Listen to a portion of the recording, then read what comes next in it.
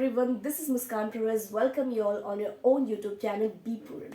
So आज की इस वीडियो में हम लोग बहुत ही इंपॉर्टेंट चैप्टर पढ़ने वाले क्लास 9 का टिश्यू।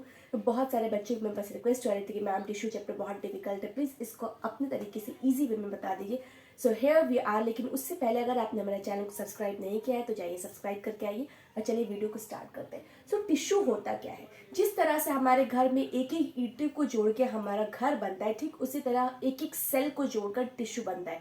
अब सेल क्या होता है? सेल होता है जो स्मॉलेस्ट यूनिट ऑफ लाइफ। जिस तरह एक एक ईंटों को जोड़ के घर बनता है, वैसे एक एक सेल्स को जोड़ के हमारा टिश्यू बनता है। So tissue is a group of cell having similar origin, structure and function. उनके क्या होता है कि स्ट्रक्चर बिल्कुल भी सेम होते हैं और वो एक पर्टिकुलर फंक्शन को क्या करते हैं, परफॉर्म करते हैं।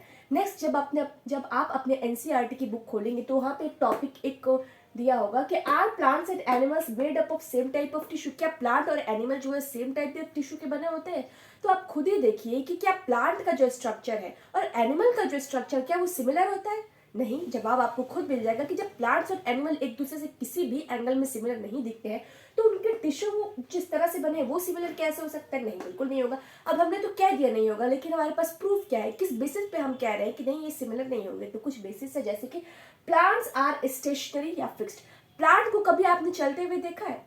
प्लांट तो अपनी जगह पे फिक्स्ड होते हैं। जो हम कॉमन ओक ट्री वगैरह ले लेते हैं या नीम का ही पेड़ के एग्जांपल ले लेते हैं, वो क्या होते हैं? वो स्टेशनरी होते हैं और एक फिक्स्ड पोजीशन पे होते हैं। चलिए भाई, वहीं पे अदर साइड पे हम एनिमल्स को ले लेते हैं। तो एनिमल क्या होता है? एनिमल घूमते फिरते रहते हैं, कभी अपने खाने की तलाश में, अपने शिकार की तलाश में, या फिर ऐसे वैसे वो घूमते रहते हैं। तो पहला तो हो गया कि प्लांट्स फिक्स्ड रहते हैं जबकि एनिमल्स घूमते रहते हैं। इसके बेसिस पे उनके जो होंगे टिश्यूज अलग होंगे।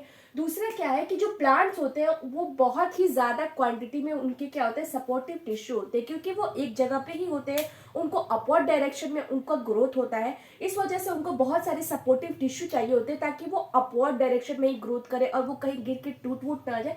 इसलिए बहुत सारे ज़्यादा मात्रा में उनको सपोर्टिव टिश्यू चाहिए होता है। नेक्स्ट जो डिफरेंस है कि सिर्फ यही डिफरेंस की वजह से तो हम नहीं कह सकते कि प्लांट और एनिमल टिश्यू सेम टाइप के टिश्यू से नहीं बने होते।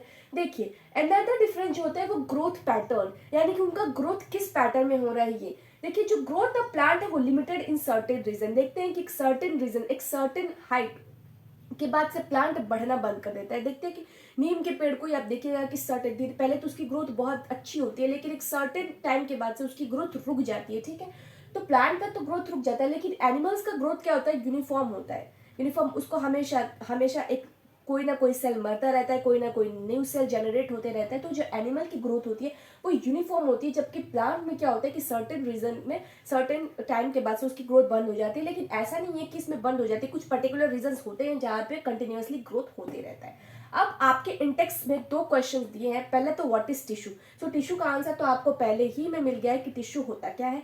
नेक्स्ट क्वेश्चन जो इंटेक्स का है कि यूटिलिटी मल्टी सेलर और टिश्यू की यूटिलिटी क्या है, या ऐसे कुछ क्वेश्चन दिया है कि what is the utility of tissue in multicellular organism. So आपका आंसर क्या होगा कि the use of tissue in multicellular organism is to provide structure and mechanical strength. जो टिश्यू हो, मल्टी सेलर ऑर्गेनिज्म में tissue का क्या काम होता है? तो यही कि वो उसको स्ट्रक्चर और मैकेनिकल स्ट्रेंथ प्रोवाइड करे, as well as division of labour में भी काम होता है। डिवीजन ऑफ लेबर को आप इस तरह से समझ सकते हैं कि जो एक स्कूल होता है, पर्टिकुलर स्कूल या इंस्टीट्यूशन, सिर्फ अगर वहाँ पे प्रिंसिपल काम करे तो वो अकेले वो सारा डिपार्टमेंट हैंडल नहीं कर सकता है। एक स्कूल चलाने के लिए आपको प्रिंसिपल की, वाइस प्रिंसिपल की, टीचर्स की, ट्रांसपोर्ट इंचार्ज की, स्पोर्ट इंचार्ज की, हर एक इंचार्ज के अलग अलग डिपार्टमेंट के अलग अलग इंचार्ज की जरूरत पड़ती है। तो अगर एक इंसान वो काम करेगा तो कितना उसके दिमाग पे प्रेशर होगा। लेकिन अगर वही काम वो अलग अलग डिपार्टमेंट में बांट देगा कि ट्रांसपोर्ट इंचार्ज आप ट्रांसपोर्ट फैसिलिटी संभालिए, तो प्रिंसिपल आपका ये काम है, वाइस प्रिंसिपल आपका ये काम है, सब्जेक्ट टीचर आप ये पढ़ाइए, केमिस्ट्री टीचर आप ये पढ़ाए, बायो टीचर आप ये पढ़ाइए। तो उस तरह से कितना इंसान को रिलैक्स फ्री होगा और एक जगह पे वो कॉन्सेंट्रेट कर पाएगा। तो यही टिश्यू का क्या होता है कि डिवीजन ऑफ लेबर प्रोवाइड करता है। अब टिश्यू में भी हम आगे पढ़ेंगे, मेरिस्टेमेटिक टिश्यू, परमानेंट टिश्यू। सो चलिए स्टार्ट करते हैं। एनसीईआरटी के हिसाब से आप लोग को नेक्स्ट टॉपिक पढ़नी है वो है प्लांट टिश्यू। तो हमें लगा कि प्लांट टिश्यू में डिटेल में जाने से पहले एक फ्लो चार्ट आप लोग को प्रोवाइड कर देते कि आखिर आप लोग को प्लांट टिश्यू में फर्दर स्टडीज किस टॉपिक पे करनी है। तो चलिए, सबसे पहले आप लोग को पढ़ना है meristematic tissue, meristematic tissue and permanent tissue. Then meristematic tissue को भी फर्दर 3 कैटेगरीज में डिवाइड किया गया। वो क्या है? Apical meristem, lateral meristem and intercalary meristem. ठीक उसी तरह हमारा परमानेंट टिश्यू को भी 2 कैटेगरीज में डिवाइड किया गया है, simple permanent tissue and complex permanent tissue. फिर हम मेरिस्टेमेटिक टिश्यू पे आ जाते हैं। मेरिस्टेमेटिक टिश्यू में आप लोगों को पता है apical meristem, lateral meristem and intercalary meristem. अब हम आते हैं परमानेंट टिश्यू के simple permanent tissue. Simple permanent tissue भी 3 कैटेगरीज में डिवाइड है। पहला क्या है, पैरेन्काइमा, कॉलेनकाइमा एंड स्कैलेरेन्काइमा, और हमारा कॉम्प्लेक्स में आ जाता है जाइलम एंड फ्लोएम। बहुत सारे स्टूडेंट्स क्या गलती करते थे कि जब भी आता है कि सिंपल परमानेंट टिश्यू कितने पार्ट्स में डिवाइड है, वो क्या करते हैं 5 लिख देते हैं, पांचों का नाम कर देते हैं, parenchyma, collenchyma, sclerenchyma, collenchyma and aerenchyma. लेकिन ये बहुत गलत है। आप लोग को पता होनी चाहिए कि सिंपल परमानेंट टिश्यू तो तीनों ही है, पैरेन, कॉलन एंड स्कैलेरन। लेकिन पैरेन्काइमा का जो फर्दर डिवीजन है उसमें आता है क्लोरेन्काइमा एंड एरेन्काइमा। मैं क्लोरेन्काइमा और एरेन्काइमा के आपको बारे में बता देती हूँ। कॉलेनकाइमा जो आप देखते हो पत्तियां हमारी ग्रीन क्यों होती है, क्योंकि उसमें ग्रीन पिगमेंट क्लोरोफिल प्रेजेंट होता है, और वो ये टिश्यू कॉलेनकाइमा। एरेन्काइमा क्या होता है, आपने आर्किमिडीज प्रिंसिपल आई होप की पढ़ी होगी, और नहीं पढ़ी है तो आप 9th क्लास के फिजिक्स में पढ़ोगे। तो आर्किमिडीज प्रिंसिपल क्या होता है, तो उसमें जो बायोन्सी प्रोवाइड की थी वो होते हैं एरेन्काइमा टिश्यू, जो कि बायोन्सी प्रोवाइड करती है। अब आपका जाइलम भी फर्दर कैटेगरीज में डिवाइड होता है, फ्लोएम भी फर्दर कैटेगरीज में डिवाइड होता है, तो लेकिन ये अभी आप लोग को नहीं पढ़ना है। जाइलम का काम क्या होता है कि प्लांट्स को क्या करना, वाटर प्रोवाइड करना, और फ्लोएम का काम क्या होता है कि फूड्स को ट्रांसपोर्ट करना। ठीक है, ये वाटर ट्रांसपोर्ट करता है, ये फूड ट्रांसपोर्ट करता है। तो चलिए हम फर्दर डिटेल में पढ़ते हैं मेरिस्टेमेटिक टिश्यू और उसके डिवीजन के बारे में। तो आई होप कि आप ये सेशन एंजॉय कर रहे हैं। मेरिस्टेमेटिक के बारे में क्या लिखा है, the meristematic are the tissue having the power of cell division. यानी कि मेरिस्टेमेटिक ऐसा टिश्यू है जिसके पास पावर होता है सेल डिवीजन का। जबकि आप परमानेंट टिश्यू का देखेंगे कि वो क्या होता है, वो फर्दर डिवाइड फर्दर ग्रो नहीं होता है। अब देखिए, it is found on the region of the plant which grow. ये कहाँ पाया जाता है, वो प्लांट के उस रीजन में पाया जाता है जहाँ पे वो ग्रो करता है।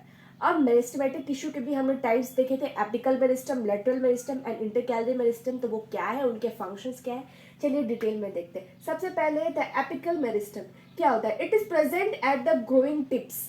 बहुत हाईलाइट करने वाली चीज है, कहाँ पाया जाता है एपिकल मेरिस्टम, कि ग्रोइंग टिप्स ऑफ स्टेम और रूट में पाया जाता है। नेक्स्ट जो हमारा है लेटरल मेरिस्टम, ये कहाँ पाया जाता है, तो लेटरल साइड, स्टेम के लेटरल साइड पे पाया जाता है, और ये क्या करता है, गर्थ इंक्रीज करता है। गर्थ मतलब क्या होता है, आप लोगों को अच्छे से समझने के लिए मैंने यहाँ पे लिख दिया है थिकनेस, यानी कि वो कितना चौड़ा है, कितना मोटा हो रहा है, उसका सरकमफ्रेंस कितना ज्यादा बढ़ रहा है, तो ये इंक्रीज करता है। उसको कौन इंक्रीज करता है, लेटरल मेरिस्टम। एपिकल मेरिस्टम क्या इंक्रीज करता है, उसका लेंथ इंक्रीज करता है। ठीक है, लास्ट जो है वो हमारा इंटरकैलरी मेरिस्टम।